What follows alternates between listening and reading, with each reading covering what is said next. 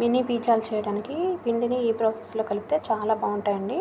చాలా సాఫ్ట్గా టేస్టీగా కూడా ఉంటాయి. 3 స్పూన్ల మిల్క్ పౌడరు, 3 స్పూన్ల పంచదార, 1 spoon yeast, 1 small spoon baking powder, 3 స్పూన్ల ఆయిలు, 3 స్పూన్ల చీజ్ క్రీము వేసుకొని ఒక గ్లాస్ వాటర్ తీసుకుని వాటర్ మొత్తం వేయకుండా కొద్దిగా వేసుకుంటూ ఇట్లా కలుపుకోవాలి. ఇలా మొత్తం కలిసిపోయిన తర్వాత ఇంకొంచెం వాటర్ యాడ్ చేసుకుని ఒక గ్లాస్ మైదా పిండి కూడా వేసుకుని పిండి మొత్తం అందులో కలిసిపోయే వరకు ఇలా కలిసిపోయిన తర్వాత ఇంకొంచెం వాటర్ యాడ్ చేసుకుని మరొక గ్లాస్ మైదా పిండి కూడా యాడ్ చేసుకుని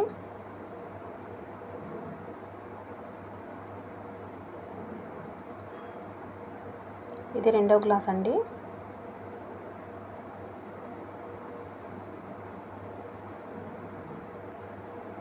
మరొకసారి మొత్తం కలిపేసుకొని పిండిని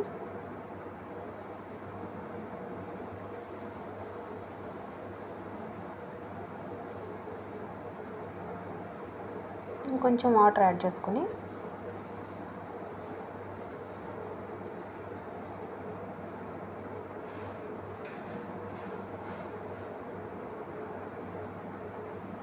మూడో గ్లాస్ మైదా పిండి కూడా వేసేసుకోవాలి. మొత్తం 3 గ్లాసుల మైదా అండి.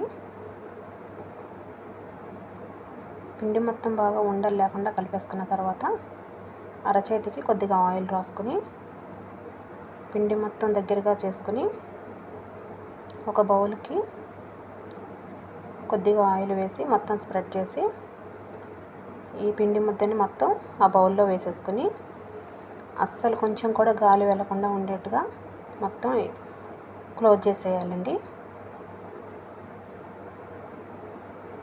అలా క్లోజ్ చేసేసిన పిండిని 1 గంట పక్కన పెట్టేసుకుంటే చక్కగా పొంగుతుంది. పిజ్జా చేసుకోవడానికి చాలా బాగుంటుందన్నమాట.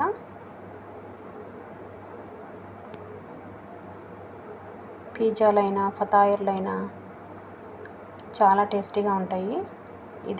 ఇదే ప్రాసెస్లో చేసుకుంటే పిండి. ఒకసారి మీరు కూడా ట్రై చేయండి. ఒకవేళ మీకు నా వీడియో నచ్చినట్లయితే please like and share and subscribe.